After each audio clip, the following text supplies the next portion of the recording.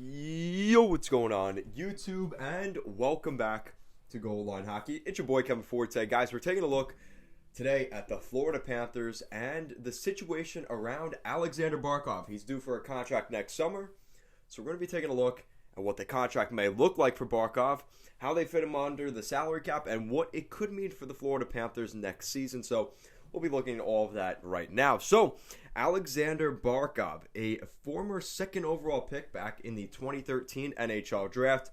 He's lived up to the hype. The Tampere, Finland native, 25 years old. He's in the prime of his NHL career. And the Florida Panthers are destined to be a cup contender at the very least. They add Joe Thornton most recently. They've made some interesting moves this offseason in general. And the one question that you have with this team is their goaltending with Spencer Knight, but we're not taking a look at that today. We're taking a look at Aleksander Barkov because the situation with Barkov is he needs a new contract next year. And you look at his contract right now, it is one of the best contracts in the NHL. You look at some of the guys that signed around that same time. You look at Nathan MacKinnon. Look at his cap hit right now. It's a sweetheart deal. Aleksander Barkov, Jonathan Huberdeau. Those guys are all on really nice contracts. Now, they signed long-term deals back when they signed that, and it looked like a lot of money then. But again, you have to remember the salary cap was continuing to grow year by year. $1 million this year, $2 million that year, $3 million that year. And just like that, they ended up being really nice contracts in the long term. But the problem is, these guys' contracts are due. And Jonathan Huberdeau, which maybe we'll talk about in another video, his contract is due in 2 years from now.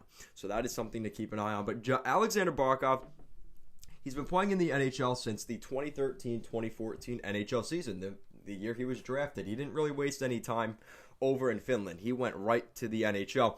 And in that final season in SM Liga, he put up 48 points in 53 games going into his draft year. So you knew he was going to be drafted high. A lot of hype around Barkov. I remember the expectation was he was going to be a very good two-way forward. And that's exactly what he's been. He's been a Selke finalist every year.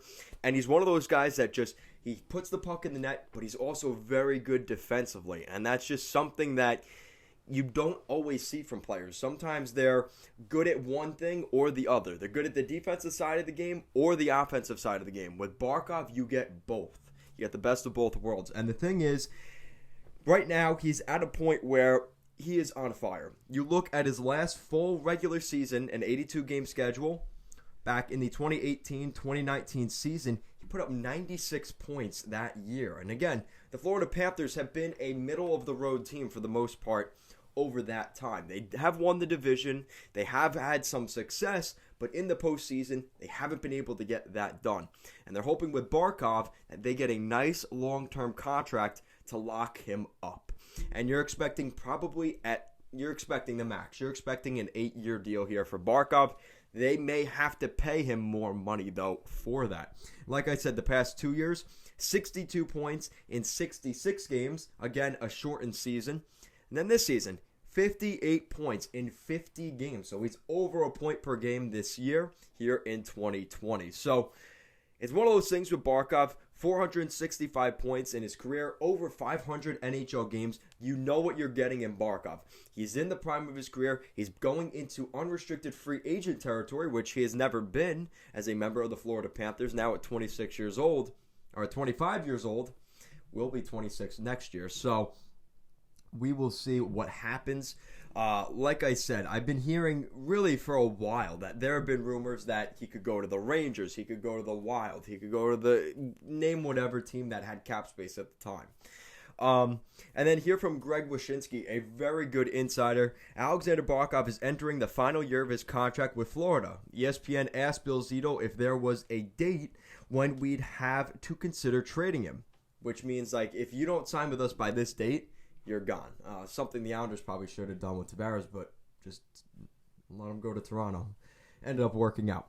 If there was a date when he'd have to consider trading him, said there isn't one, and an extension will probably come before the season. So that's probably good news for the Florida Panthers because you don't want this distraction during the regular season. Now, I remember as an Islander fan with that whole Tavares thing, the entire year, every game, every interview that he had to talk about, oh, what's going on with contract negotiations? What's going on with the contract? Every game. It was very frustrating at points, but it got to the point where, listen, you're getting close here. You have to make a move. And that's why I think that the Florida Panthers will do the smart thing, get it done before it reaches that point, and we don't even have to consider this contract stuff going throughout the regular season, going into the trade deadline, because going into the trade deadline, that would be a big story. So, and then according to Lyle Richardson, he predicts that Aleksander Barkov will get an 8-year deal at $9 million AAV on his next deal with the Panthers. Now, I don't think that's out of the question, but I consider the fact that he's been in Florida with no state tax. Maybe that's why they make the argument that $9 million AAV.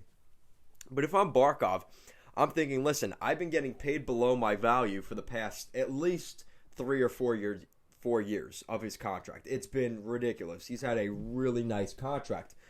So maybe he says, listen, I want the sun and the moon now. Maybe he asked for 10 and a half. I wouldn't be surprised. But again, with the no state tax in Florida, with the fact that the way Barkov is as a player, he probably wants to stay in Florida. Again, I don't know that personally, but I could see that happening. But again, a lot of that may ride on how the Panthers do this season. And he may wait to see what's out on the market and say, listen, I'll come back to you. Whatever team gives me the highest bid, I'll come back, give you that offer, and if you want to take it or leave it, then we could do it from there. That could be the situation that we end up seeing. But as of right now, like I said, according to GM Bill Zito, he seems confident that things will be done with Aleksander Barkov by training camp, by the regular season, and we don't have to talk about this Barkov stuff.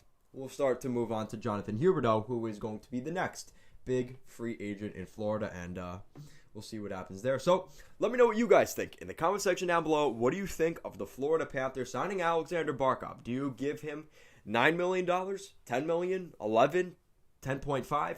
What is the number per season that you think Aleksander Barkov is worth on his next contract? Let me know your thoughts in the comment section down below. Guys, thank you so much for watching this video, and I will see you guys next time.